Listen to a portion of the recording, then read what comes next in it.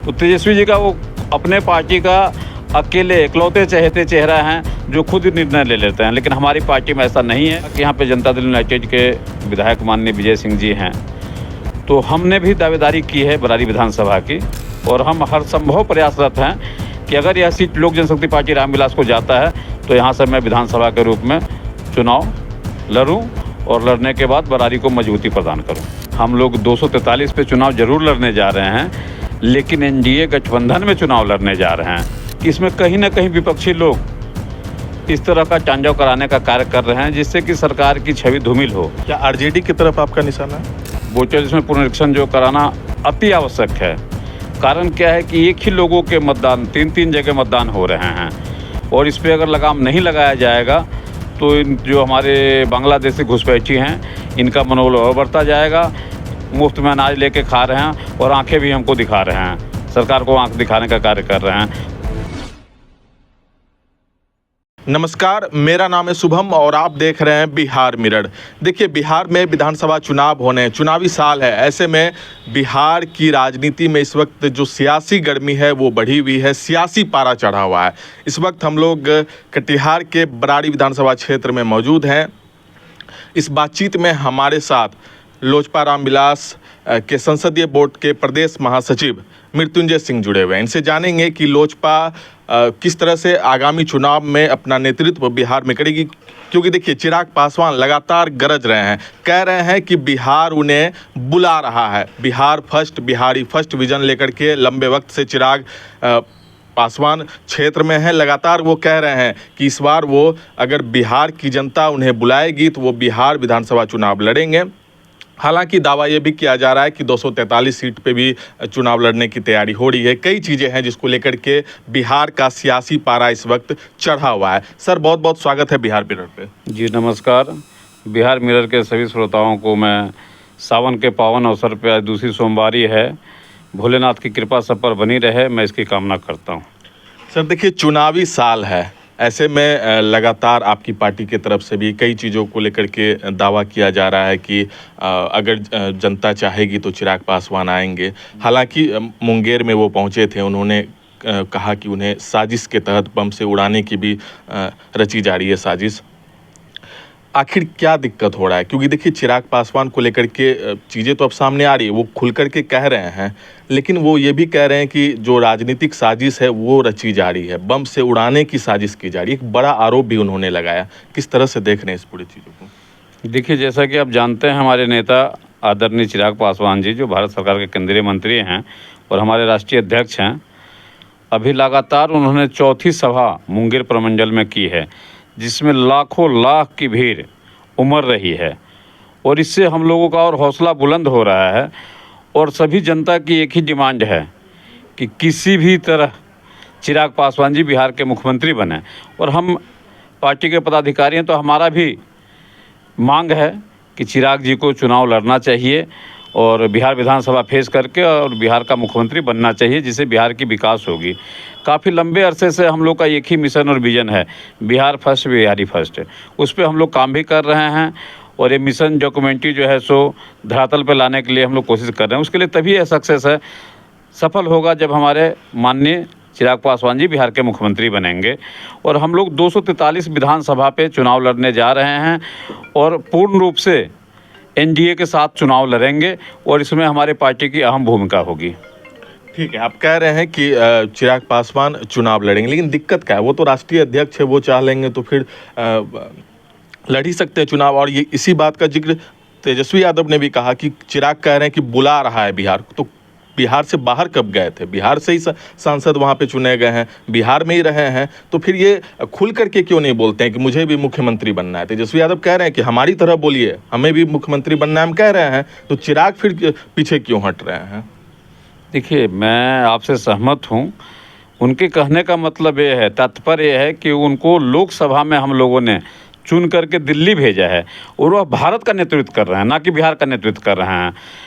बिहार से ज़रूर आते हैं चिराग पासवान जी, हमारी पार्टी भी बिहार से ही है और हम लोग चूँकि ये निर्णय पार्टी का होगा, ऐसा हमारे पार्टी में क्या है कि अकेला राष्ट्रीय अध्यक्ष जी का कोई निर्णय नहीं होता है।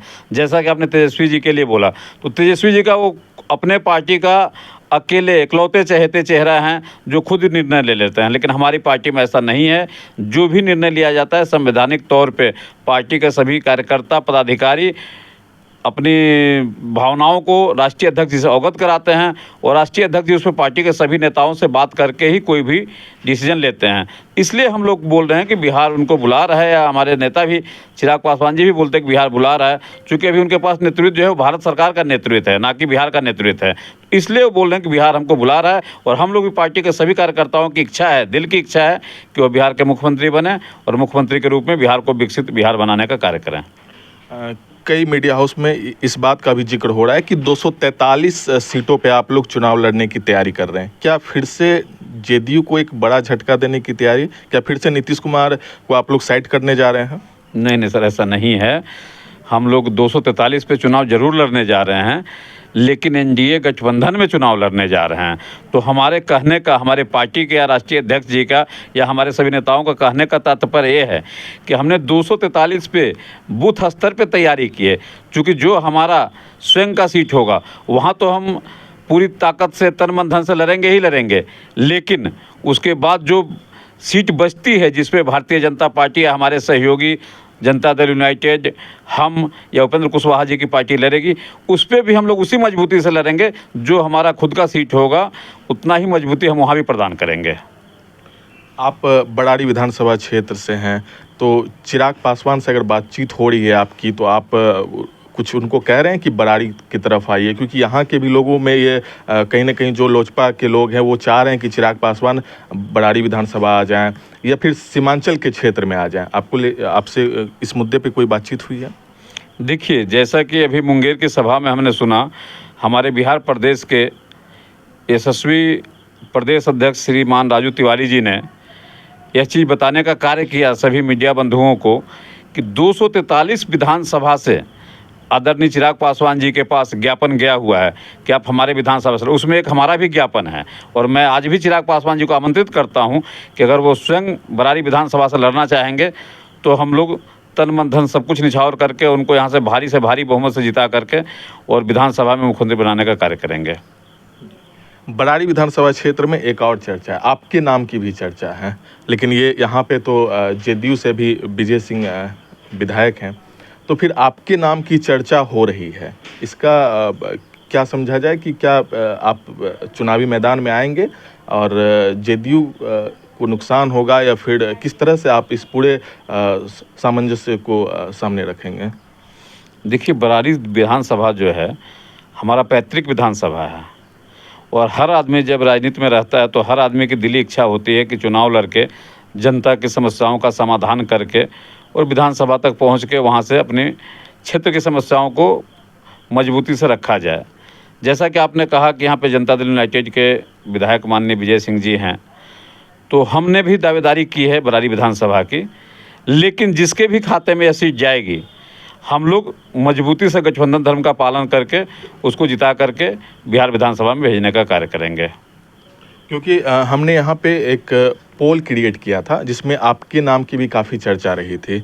उसके बाद से ये भी कयास लगाया जा रहा था कि मृत्युंजय सिंह भी बड़ाड़ी विधानसभा क्षेत्र में अपनी पकड़ को उन्होंने मजबूत बना लिया है, क्षेत्र में वो आ रहे हैं। उसके बाद सवाल ये सबसे पहले उठा कि जेडीयू को एक बड़ा डैमेज बड़ाड़ी से इसकी शुरुआत होगी, क्योंकि आपके नाम की चर्चा तो हो रही है और आप कह भी रहे हैं कि आप दावेदारी के लिए सामने आ रहे हैं, लेकिन आप ये भी कह रहे हैं कि जिसको मिलेगा उसके समर्थन में रहेंगे।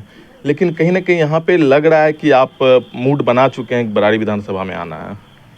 मैंने जैसा आपको बताया कि बरारी विधानसभा मेरा पैतृक विधानसभा है।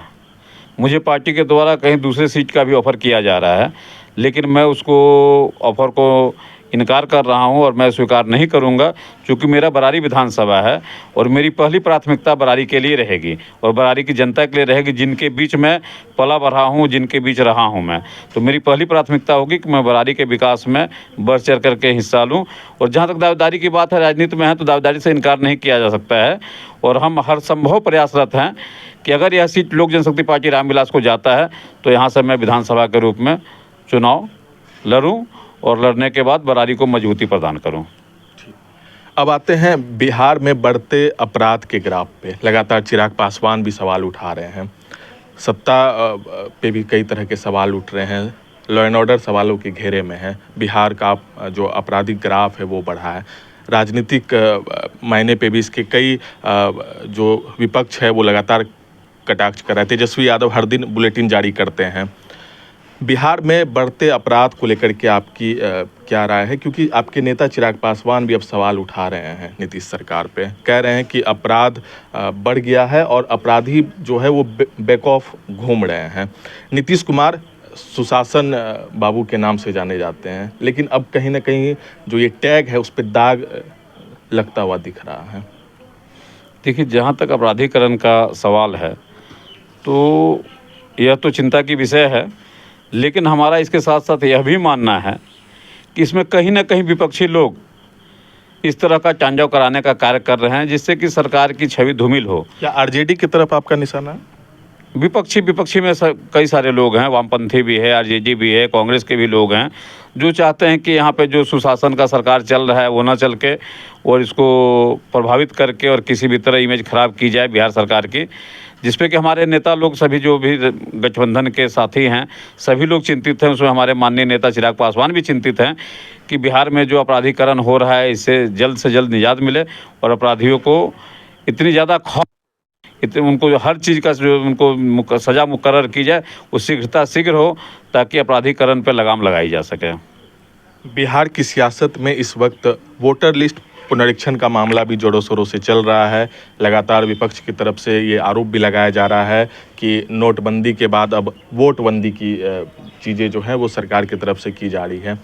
वोटर लिस्ट पुनरीक्षण मामले को लेकर के आपकी क्या राय है? सीमांचल के ज़िले को लेकर के भी कई तरह की चीज़ें सामने आई कि सीमांचल में अवैध घुसपैठिए रोहिंग्ये इस तरह की चीज़ों को सामने लाया गया, खासतौर से सीमांचल के क्षेत्र को टारगेट किया गया। ये आरोप है विपक्ष का।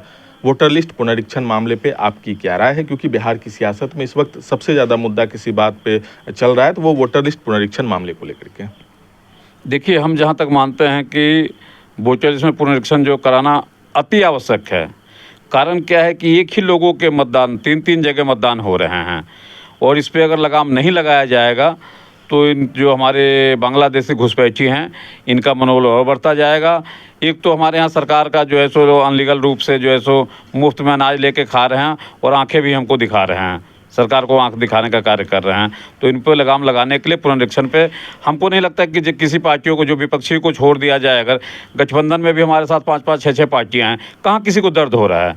अगर सही चीज़ हो रहा है तो उसको होने देना चाहिए, विरोध नहीं करना चाहिए। अगर घुसपैठी के लिए रोक लगाने की सरकार कार्य कर रही है तो हम करें। जो लोग यहाँ के हैं उनको तो नहीं तकलीफ हो रही है, जो बाहर के लोग हैं उन्हीं को तकलीफ हो रही है। विपक्षी को ही क्यों तकलीफ हो रही है? आरजेडी कांग्रेस को क्यों तकलीफ हो रही है? इसका मतलब कहीं ना कहीं कुछ ना कुछ गलत है। अगर सही है तो होने दिया जाए। तो आपने सुना हमारे साथ मृत्युंजय सिंह, इन्होंने स्पष्ट रूप से कहा कि चिराग पासवान चुनाव लड़ेंगे। अगर बिहार की जनता चाहेगी, सभी लोग सहमति से बैठेंगे, बातचीत होगा तो चिराग पासवान जरूर चुनाव लड़ेंगे। इसके साथ उन्होंने कहा कि बिहार में जो आपराधिक ग्राफ बढ़ा है इसके पीछे कहीं ना कहीं विपक्ष का भी हाथ है। और वोटर लिस्ट पुनरीक्षण मामले पे कहा मृत्युंजय सिंह ने कि बिल्कुल सही हो रहा है, विपक्ष को दर्द क्यों हो रहा है ये एक बड़ा सवाल है। आपकी क्या राय है? आप इस वीडियो के कॉमेंट सेक्शन में लिख सकते हैं।